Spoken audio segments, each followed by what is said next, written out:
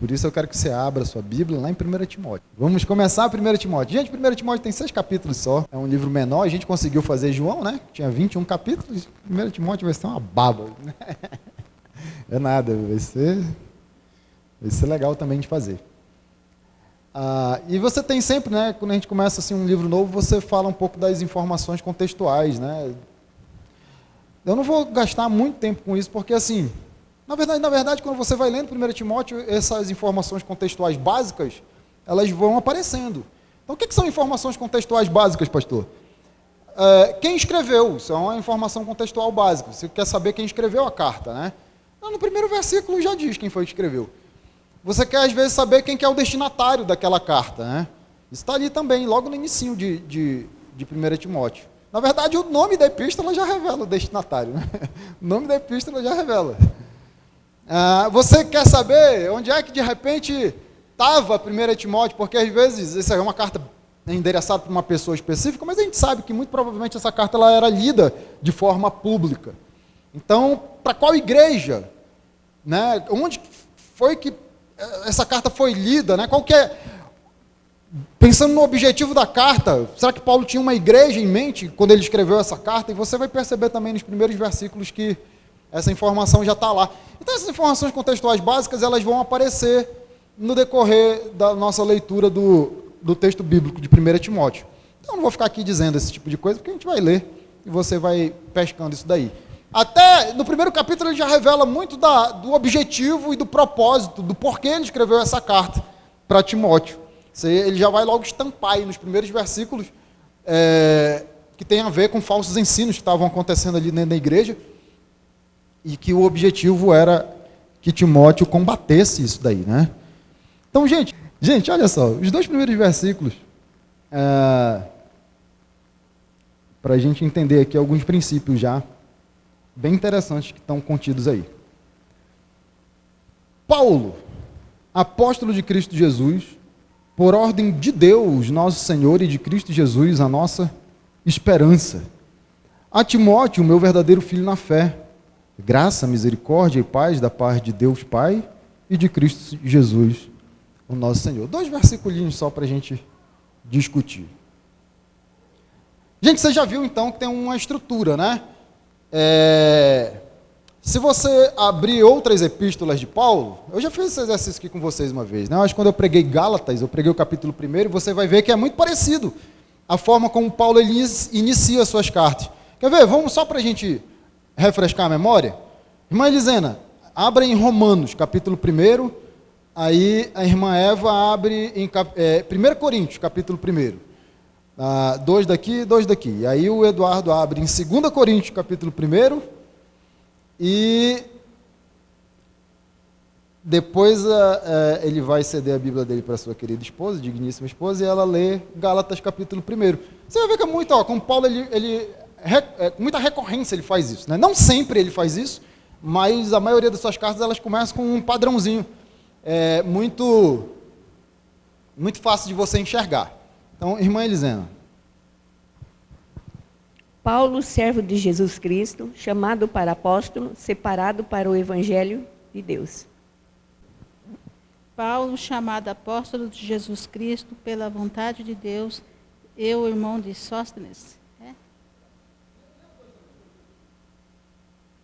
a igreja de Deus que está em Corinto, aos santificados em Cristo Jesus, chamados santos, com todos os que em todo lugar invocam o nome do nosso Senhor Jesus Cristo, Senhor deles e nosso.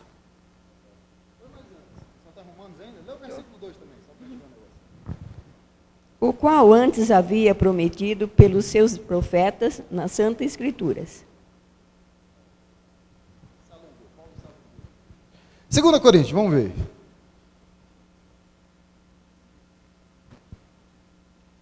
Paulo, apóstolo de Cristo Jesus, pela vontade de Deus, e o irmão Timóteo, a igreja de Deus que está em Corinto, com todos os santos de toda a Acaia. Paulo, apóstolo enviado, não da parte de homens, nem por meio de pessoa alguma, mas por Jesus Cristo e por Deus Pai, que ressuscitou dos mortos, e todos os irmãos que estão comigo, às igrejas da Galácia. Gente, aplauda o pessoal que me ajudou aí, por favor. Aplauda. O pessoal tem que ter coragem para ler a Bíblia publicamente. Mas você prestou atenção que tem uma formulazinha aí? E se eu pedisse para ler mais um pouquinho, você ia perceber mais um detalhe. Mas qual que é o primeiro detalhe que você percebe? Paulo, ele sempre começa suas cartas se apresentando. Tem uma formulazinha aí que ele usa. Você vê que ele se apresenta e, não raras vezes, ele apresenta as suas prerrogativas, né? Então, em algum texto aqui, falou servo e apóstolo. Via de regra, ele fala apóstolo. Outras vezes, ele não fala apóstolo. Mas, na maioria das cartas, você vai ver que ele dá uma ênfase grande nessa questão da apostolicidade ao mosquito aí. Da apostolicidade dele. Me ajuda, Henrique. Você vê que tem um outro detalhe aí que ele coloca sempre? Você percebeu? Ele se apresenta, ele coloca as suas prerrogativas e depois ele faz mais um negócio. Qual que é? Ele escreve para ele indica para quem que é. Você prestou atenção nisso? Ele indica o destinatário, ele fala para quem que ele escreveu isso daí. E se você for mais um pouquinho além nos versículos, você vai perceber que não raras vezes ele coloca ainda uma espécie de saudação, né? Então ele indica as pessoas para quem está escrevendo e ele saúda essas pessoas, né?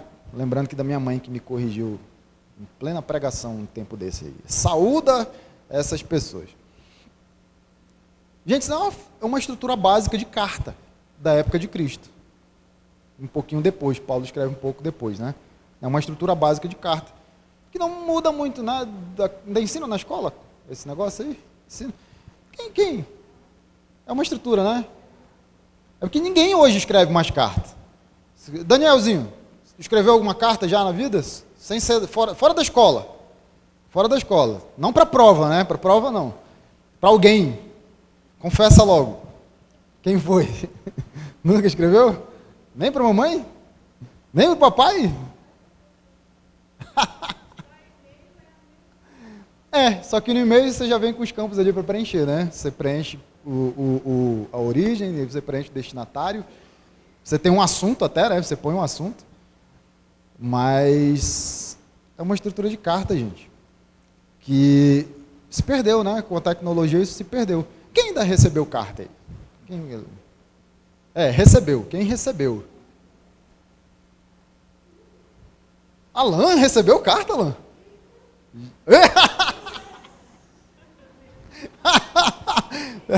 Se entregou, Alan? Se entregou.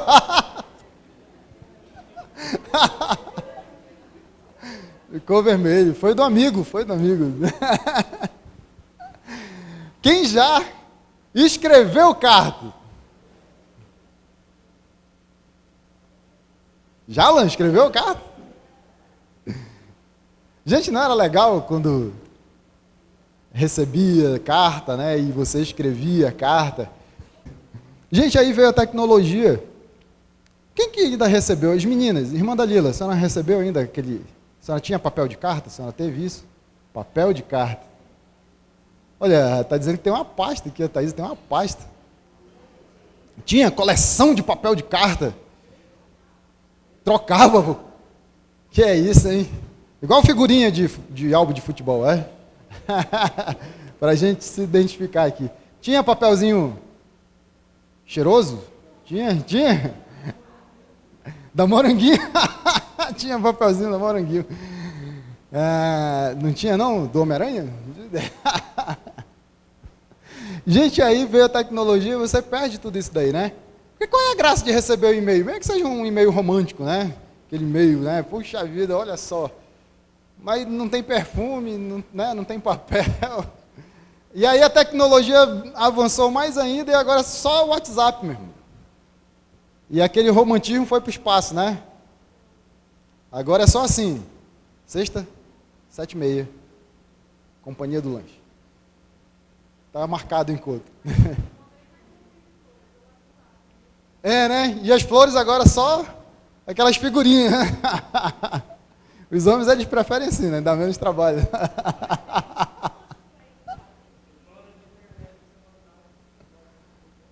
Né?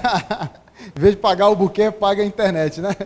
Gente, então tem essa estrutura aí. Por que eu estou falando tudo isso? Porque você conhece isso daí. O que eu estou querendo mostrar para você é que é uma estrutura muito conhecida sua.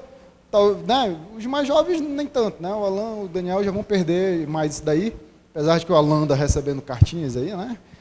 Mas já não vai mais ser como antigamente. Só vejo a Letícia fritando o Alan ali. Já viram aquele raio laser que sai do olho do Superman assim? Eu vi ali.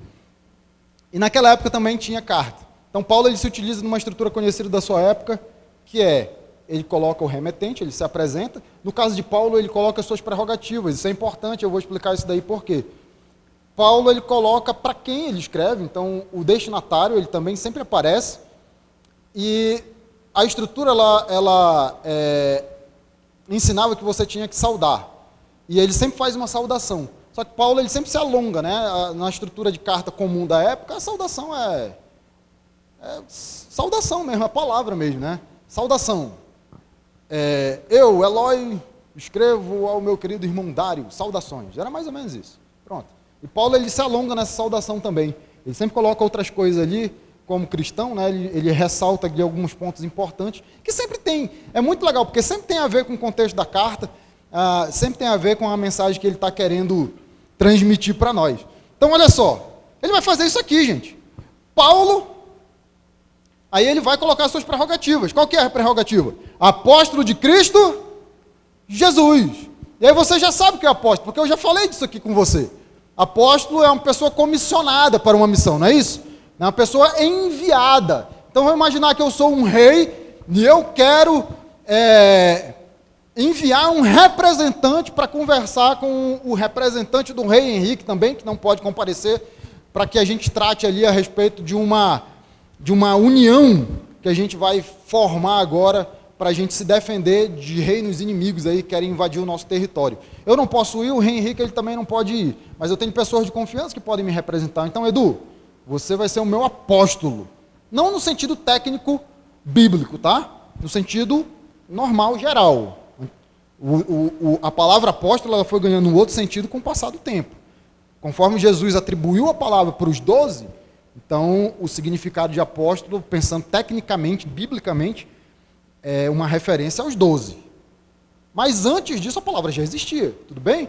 E ela tinha um significado normal, um significado geral, que é o significado de ser comissionado com uma missão, de ser enviado. Então eu enviava o Eduardo e o Eduardo conversava com o apóstolo do Henrique, e aí eles traziam as informações e o relatório para nós. Ele tinha uma missão e ele ia lá com o meu representante cumprir com a sua missão. Então, apóstolo de Cristo. Então, Paulo está dizendo que ele é um apóstolo e ele representa uma pessoa. Quem é essa pessoa? Cristo Jesus. Tudo bem? Legal, né? Vamos logo ver o resto aqui. Olha só que bacana. Porque Paulo, corriqueiramente, ele faz essa defesa aqui do seu apostolado. Ele diz assim na sequência do versículo: por ordem de Deus, nosso Salvador, e de Cristo, a nossa esperança. Então, primeiro, por ordem de Deus. Vamos pensar só nas pessoas de Deus e de Cristo, sem ainda pensar no complemento que ele coloca ali para cada uma dessas pessoas. Olha como Paulo... Gente, você já viu isso.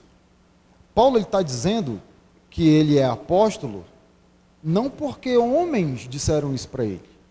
Paulo está dizendo que ele é apóstolo, não porque uma pessoa o comissionou para ser apóstolo. Paulo está dizendo que ele é apóstolo porque Deus o chamou para ser apóstolo. Deus o fez apóstolo. E ele sempre fala, Deus e Jesus. Eu sou apóstolo de Cristo, então eu estou aqui cumprindo com a minha missão, a missão que Jesus me deu para eu cumprir, e eu sou apóstolo porque Deus e Jesus Cristo me fizeram apóstolo. O que Paulo está fazendo nessa hora, gente? Gente, você tem que ler o texto, você tem que perceber essas coisas. Paulo, ele está fazendo uma defesa da autoridade que ele tem. É isso que ele está fazendo. Se você ler os versículos posteriores, é legal, né? A gente vai pescando essas informações. Então, bem rápido, né? Paulo está escrevendo para quem? Para Timóteo. Timóteo estava onde? Está no texto. Estava na igreja de Éfeso. Paulo vai chegar em um determinado momento que ele vai dizer assim, deixei você em Éfeso para que você cuide disso daí, porque eu estou indo para Macedônia. Eu estou viajando para Macedônia e não posso ficar aí. Então, vai lá e me representa. Vai lá e toma conta desse negócio aí. E se você for lendo, no primeiro capítulo já vai dizer tudo. Paulo ele já revela todos esses detalhes no primeiro capítulo. Por que ele deixa Timóteo em Éfeso? Porque tinham pessoas lá deturpando a mensagem, o evangelho do Senhor. Estavam pregando coisas estranhas, né? Ele fala de mito, fábulas, genealogias inúteis, né? Discussões, coisas que não estavam promovendo a união da igreja, mas estavam promovendo a desunião da igreja. Então está acontecendo um problemão em Éfeso e eu preciso resolver esse problema e eu não posso ir lá agora pessoalmente, e eu estou mandando uma pessoa para ir para lá no meu lugar, que é Timóteo. Então, por que Paulo, ele enfatiza, ele faz uma defesa da autoridade que ele tem?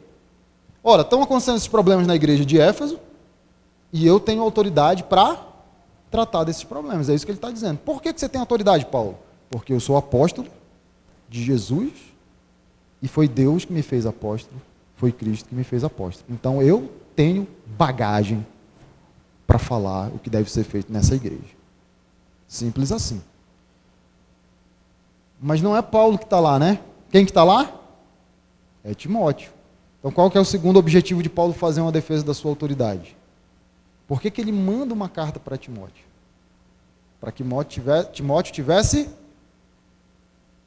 respaldo, né? Para que Timóteo tivesse respaldo. Está tudo aí, gente. Você vai ver em 1 Timóteo 4,12 que Paulo ele vai fazer referência à questão de Timóteo ser ainda jovem. Ele, né, não permita que ninguém o despreze pela sua mocidade, né, pelo fato de você ser ainda muito jovem. E ele já não era tão jovem assim, né? A gente sabe que ele estava ali entre 30 e 35 anos, talvez um pouquinho mais velho, 38 anos. Então, é mais ou menos uma pessoa da minha idade. Mas naquela época, uma pessoa dessa idade, liderar a igreja e tudo mais, ele era considerado ainda um jovem. Então o que Paulo está fazendo? Timóteo ele vai fazer uma coisa aí, e ele vai fazer com base na autoridade de alguém. Quem é esse alguém? Paulo. E de onde vem a autoridade de Paulo? Deu para entender? Gente, só o primeiro capítulo, só o primeiro versículo, né? Só o primeiro versículo para você ir entendendo todas essas coisas. Então, Paulo ele acha necessário colocar aqui qual que é a sua prerrogativa e a base da autoridade que ele tem. Para quê? Para que esse assunto ele seja tratado e para que Timóteo ele tenha respaldo no tratamento desses assuntos aí. Leia aí o versículo 3, o 4, o 6, o 7, ó. Vocês estão aí, 1 Timóteo, aberto? Ó, ele já revela qual que é a situação lá de Éfeso. Olha, ó, partindo eu para Macedônia, roguei-lhe que permanecesse em Éfeso para ordenar a certas pessoas que não mais ensinam doutrinas falsas. Então Paulo estava indo para Macedônia e não podia ficar em Éfeso, ou não podia ir para Éfeso. Mas ele pede a Timóteo que fique, né, que permaneça em Éfeso. Para quê, Paulo? Para ordenar certas pessoas que não mais ensinam doutrinas falsas. Então qual que era o problema? Pessoas ensinando doutrinas falsas. Olha o que acontecia. E que deixam de dar atenção, deixem, né? A orientação para Timóteo é que ele faça essas pessoas deixarem de dar atenção a mitos e genealogias intermináveis, que causam controvérsias. Eu acabei de falar.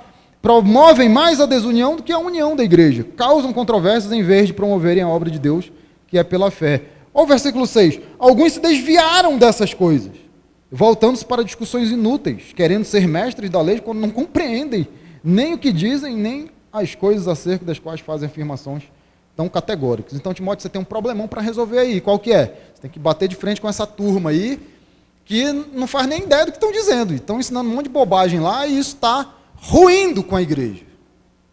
E você vai lá e você vai consertar isso daí. Com base em quê? Na minha autoridade, que é vinda de Deus. Deu para entender? Aí ele chama Deus de nosso Salvador. Isso é bem legal, porque a gente está mais acostumado a ouvir Jesus, né? Como Salvador. E aí ele chama Jesus de nossa esperança. Isso também é interessante. Mas, gente, ele está falando de coisas que você já conhece. O Antigo Testamento, o pessoal que está vindo nas quartas-feiras, eles já viram isso daqui. Se você abrir lá, abra sua Bíblia lá em Salmo 25:5, por exemplo. 25:5. Eu vou até abrir também. Salmo 25:5. Guia-me com a tua verdade e ensina-me, pois tu és Deus meu Salvador. Então Paulo não está usando uma linguagem estranha. Gente, você está em Salmo? Ó, você está no 25, né? Vire a página aí para o 27. Ó, vamos ver só esses dois aqui, para a gente ganhar tempo. Eu vou terminar antes das 9. Salmo 27. Versículo 1 e depois o versículo 9. Olha o que ele vai dizer aqui. Ó. O Senhor é a minha luz e a minha salvação. De quem terei medo? De quem terei temor? O Senhor é o meu forte refúgio. Opa, já passei aqui. Ó. O Senhor é a minha luz e a minha salvação. Eu tinha até passado por cima. Olha o versículo 9 desse mesmo capítulo. Não escondas de mim a tua face, não rejeites com ira o teu servo. Tu tens sido meu ajudador. Não me desampares, nem me abandones. Ó Deus, meu Salvador. Então Deus é Salvador? Ele é. Em última análise, em última instância, quem que providenciou para que nós tivéssemos a garantia de um resgate foi Deus. A gente diz que Jesus é o nosso Salvador, isso não está errado, isso está certo também. Por quê? Porque foi Ele que derramou o sangue e pagou o preço pela nossa salvação. Então Jesus, Ele é Salvador. Mas quem foi que traçou o plano de resgate para trazer de volta o ser humano a ter um relacionamento com Deus por meio do que Cristo fez? Quem foi que planejou tudo isso? A gente fala muito do plano de redenção de Deus, né? Quem planejou foi Deus. Então Deus, Ele é o nosso Salvador. Isso não está errado de dizer, não. Tanto que Paulo diz. Só que Paulo, ele diz que Cristo é a nossa esperança. Aí ele colocou um negócio interessante para a gente aí, mas que você também já conhece.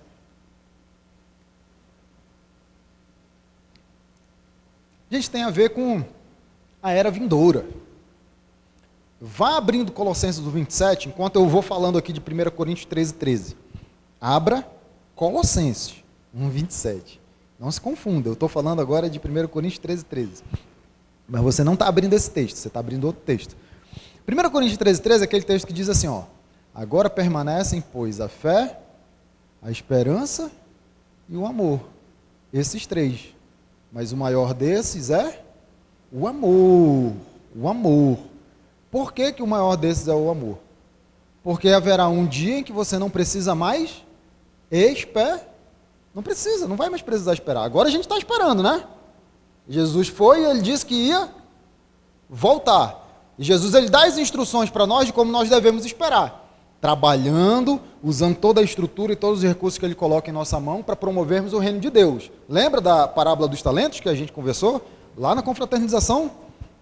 É assim que você espera. Você não espera de braço cruzado nem de mão abanando, não. Você espera trabalhando. E ele falou, o Senhor vai demorar para voltar. Enquanto isso, trabalhe, filho. Duplique os talentos que Deus colocou na sua mão. Ou seja, os recursos, tá? Não estou falando de habilidades, não. Lembra da mensagem lá, da confraternização? São os recursos, o seu vigor, a toda a estrutura que Deus concedeu para você, tudo isso você usa em prol do reino de Deus. Sendo um bom mordomo, né? O bom mordomo, ele inclusive potencializa aquilo que Deus coloca na sua mão. Você vê lá que dos 3, 2 duplicaram, né? Aquilo que o Senhor tinha deixado com eles. Só um que resolveu enterrar. Já deu para perceber porque Paulo diz que Jesus é a nossa esperança? Então, vamos ler Colossenses 1, 27. Vocês acharam aí? Colossenses 1, 27?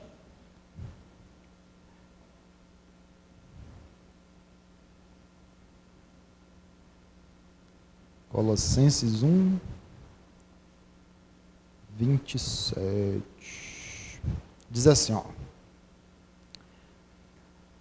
A ele quis Deus dar a conhecer entre os gentios a gloriosa riqueza deste mistério, que é Cristo em vocês, a esperança da... Gente, não é isso que você está esperando?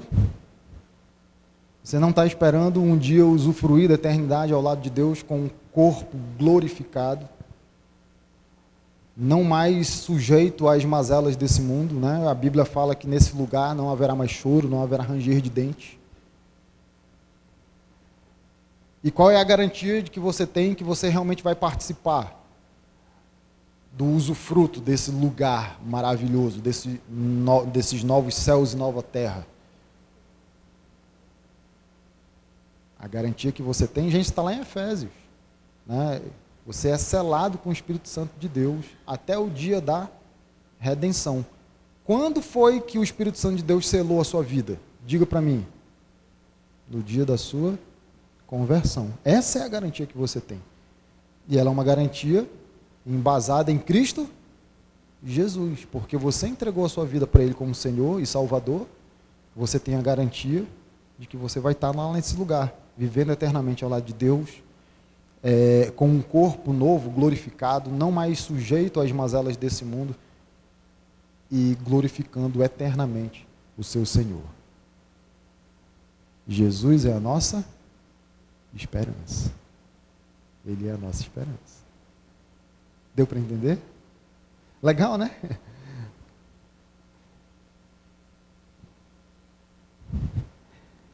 Aí ele continua, né? A Timóteo.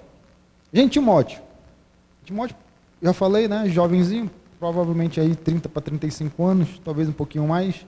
Você tem ali 1 Timóteo 4,12 falando a respeito da juventude, da idade ainda jovem de Timóteo, né?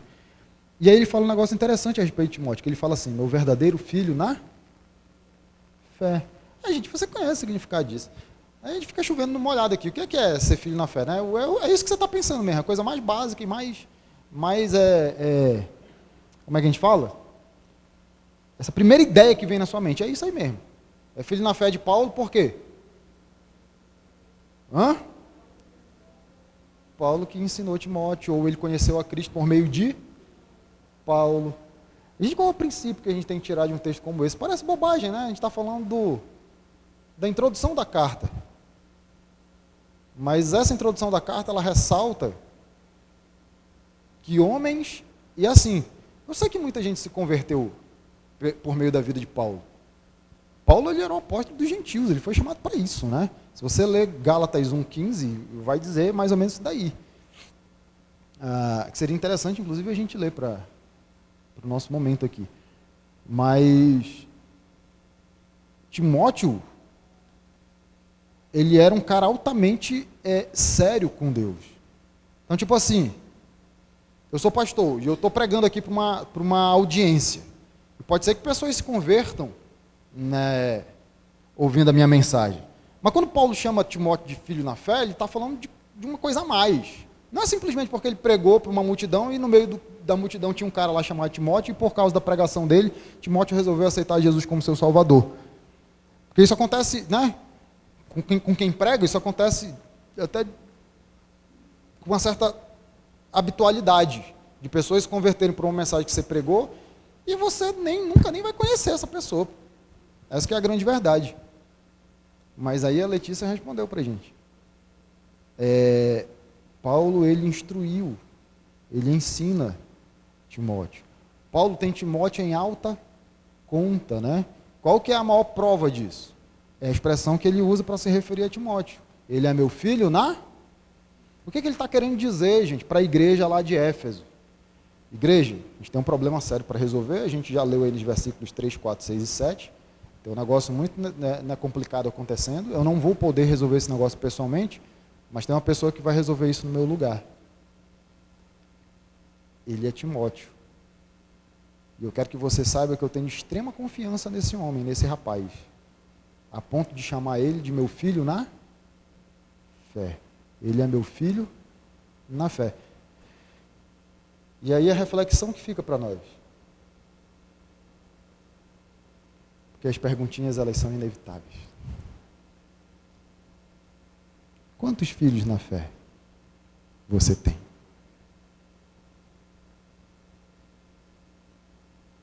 Porque essa é a missão de todo cristão. Quantas pessoas têm profundo relacionamento com Deus e um caráter ilibado, embasado na palavra de Deus por causa da sua influência na vida dela.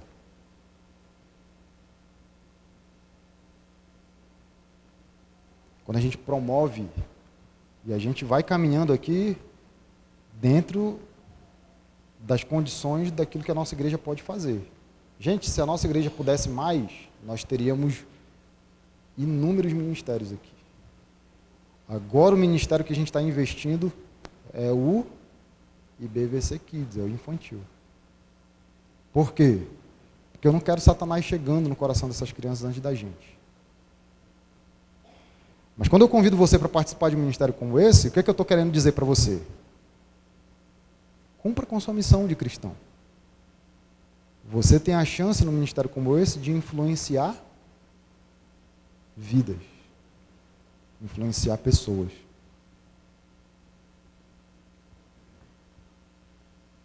Quando você participa de um ministério como esse, a chance de você ter filhos na fé, ela aumenta muito. Gente, você tem que entender a cabeça do seu pastor. Quando chegar lá diante de Deus e Deus perguntar para você assim: cadê os seus filhos na fé? E você ficar com aquela cara de caneca lá, não venha dizer que a sua igreja não dava oportunidade para você ter filhos na fé. Porque a primeira coisa que eu vou dizer para Deus, eu fiz a minha parte. Respeitando os limites da minha igreja, nós implementamos um ministério para investir na vida de crianças e eu, várias vezes, convidei pessoas para participarem desse ministério, influenciarem vidas e, quem sabe, por conta da influência que você exerce na vida dessas crianças, eles se tornarem filhos. Gente, eu não sou bobo. É muito mais provável, eu não digo que é muito mais, né? Mas é muito provável que o meu filho ele se permita ser influenciado por uma outra pessoa mais do que eu mesmo. Porque eu sou o pai dele. Só por isso, né? Só por essa nossa grande dificuldade com a autoridade. E aí, quando ele vê numa outra pessoa, alguém de confiança, e que instrui ele no caminho que deve andar, via de regra, ele abre a guarda, né? Não é assim que a gente fala? Ele abre a guarda.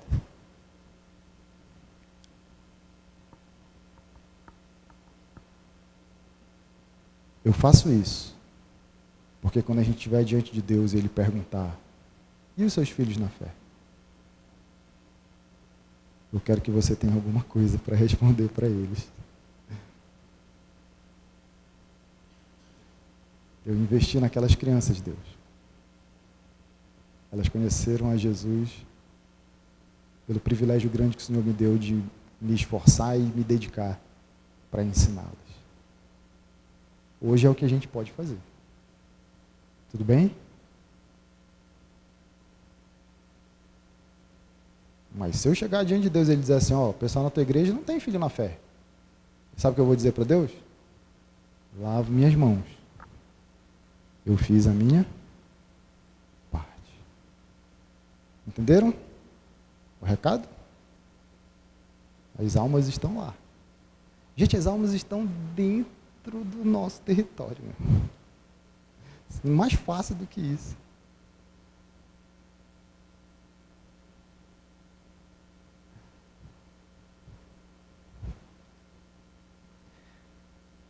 A Timóteo, meu verdadeiro filho na fé. Gente, que legal isso daqui, graça, misericórdia e paz. Via de regra, Paulo ele não fala misericórdia, né? Ele fala só graça e paz, da parte de Deus Pai e de Cristo Jesus, o nosso Senhor. Eu já estou preocupado aqui com o horário, mas a gente vai tentar terminar isso. Gente, graça e misericórdia, bem rapidinho. A forma mais fácil de entender, não entender plenamente, não entender profundamente, mas pelo menos ter um entendimento. Você já ouviu isso, eu acho até que eu já falei isso daqui. Você sabe que graça é um favor imerecido, né? É um dos conceitos, uma das definições que a gente dá para a graça, de que ela é um favor imerecido. Então, quando a gente fala de binômio graça e misericórdia, via de regra a gente usa essa ilustração, que ela é uma ilustração clássica. Se graça ela é um favor imerecido, então pense você como pai pai de uma criança, pai de um garoto, de uma menina, e o seu filho não merece aquele presente. Ele não merece, ele está desobedecendo muito, tolo, está desafiando a sua autoridade. Vocês que são pais, vocês sabem disso daí. Meu filho faz isso com 3 anos. Ainda bem que ele é pequenininho, não tem força para nada. Quando ele me desafia, coitado. Mas desafia mesmo assim. E às vezes, olha só que interessante isso. Mesmo ele não merecendo o presente, o que que você faz? Você presenteia. Quantas e quantas vezes, né? Meu filho gosta de passear. Tem dias que eu digo, rapaz, esse cara não vai passear hoje. O cara está muito tolo, fazendo tolice, está me desafiando. Mas quando chega no final da tarde, a gente pega o moleque e vai dar uma volta no quarteirão. Pelo menos. Porque ele gosta. Esse é o sinal dizendo que o meu tempo está quase acabando. Graça, ela é um favor imerecido. Você não merece aquilo, você não faz por merecer. Você não tem mérito para ter aquele presente. Mas Deus, ele vai lá e mesmo assim ele... Gente, isso é fenomenal. Isso é fenomenal. Porque o que Paulo está ensinando de novo, que você não tem merecimento nenhum para ser salvo. Você é salvo única e exclusivamente por causa do amor de Deus, da graça de Deus, que tem a ver com esse binômio, graça e misericórdia, porque misericórdia é o mesmo processo, mas a gente diz assim que é no caminho contrário. Às vezes o seu filho ele merece, mas ele merece mesmo uma surra, né? Ele merece uma surra. E você misericordiosamente não dá o que ele merece. Gente, preste atenção e una agora as duas coisas. Misericórdia, você não dá o que ele merece. Graça, você dá o que ele não. Esses somos nós. Somos nós. Esses somos nós. Merecíamos a ira e a condenação eterna por conta da nossa ofensa contra Deus. E Deus, providenciando um meio para que nós fôssemos salvos, não deu aquilo que nós merecíamos. E fez exatamente o contrário. Por causa da sua graça, Ele nos concedeu aquilo que nós não merecíamos. Deu para entender a ideia de Paulo aí? Então, graça, misericórdia. E qual que é o resultado da graça e misericórdia? É paz. Pronto, você já entendeu. Aí leia lá Filipenses 4, 6 e 7, né? A paz que excede todo entendimento. A paz que, mesmo diante das piores circunstâncias da vida, ela vai reinar em seu coração, dirimindo qualquer ansiedade que você tenha. Então, graça, misericórdia e paz da parte de Deus e de Cristo Jesus, o nosso Senhor. Porque para eu ser alvo dessa graça, dessa misericórdia e dessa paz, Jesus, ele precisa ser o meu Senhor. Ele precisa ser o meu Senhor. É uma entrega. No momento que ele vira o seu Senhor, você não é mais dono de si meio. Tudo bem? 2 versículos. E eu consegui terminar 3 minutos. Opa, agora 2. 2 minutos antes das 9. Tá bom? Mas principalmente, gente, para aplicar para a nossa vida. Que a gente invista aquilo que Deus colocou nas nossas mãos. Para influenciarmos vidas. Para termos filhos espirituais, né? Filhos da fé. E para aqueles que ainda não conhecem Jesus Cristo, entregue a sua vida para Ele como seu Senhor e Salvador, para que você também usufrua dessa graça, misericórdia e paz. Vamos orar? Deus, obrigado, Pai, por esse tempo de estudo da palavra, Senhor, por essa pregação, Pai, pela forma, Deus, e o cuidado como o Senhor registrou essas coisas para nossa edificação, Deus, e para que a gente pudesse desenvolver o nosso caráter cristão, Pai. Nesse sentido, eu te peço por essa igreja, Deus. Nesse sentido, Pai, eu suplico, Senhor, por essa igreja. Pai, todos nós, em alguma medida, somos comissionados por Ti. A Tua palavra ela tem uma comissão geral, né, de pregarmos o Evangelho. Pai, a gente não pode esquecer disso, Senhor. Paulo, ele tinha uma comissão muito específica de ser apóstolo, mas todos nós como cristãos, né, como filhos de Cristo, como convertidos que somos, Pai, por meio do Teu sangue, nós precisamos também compartilhar esse Evangelho que nos alcançou, Senhor. E nesse sentido eu Te rogo por essa igreja, Deus, que nós continuemos arduamente, Pai, aproveitando cada oportunidade, Deus, inclusive as oportunidades oferecidas por essa igreja, Senhor, para que a gente promova a salvação de pessoas, para que a gente pregue o Evangelho, para que pessoas tenham a oportunidade de entregar as suas vidas nas Tuas mãos, Pai. E assim, quem sabe, tenhamos aí vários e vários filhos na fé, assim como Paulo tinha Timóteo. Deus, pessoas de caráter ilibado, Deus, pessoas de um caráter altamente comprometido com a Tua palavra, Deus, por conta do investimento que nós fizemos na vida dessas pessoas, Pai. Que a nossa igreja seja uma igreja assim, Deus, que nós estejamos preocupados, Pai, em cuidarmos uns dos outros, em pregarmos Teus evangelhos, o Teu evangelho uns aos outros, Senhor, preocupados, Deus, em multiplicar os filhos na fé. Abençoa essa igreja, Pai, e que nós usufruamos sempre, Deus, dessa paz oriunda da graça e misericórdia que nos alcançou. Faz a Tua vontade, a nossa oração, em nome de Cristo Jesus, Senhor. Amém, Deus. Deus abençoe a todos. Uma ótima semana. E até sábado, hein? Encontro de casais.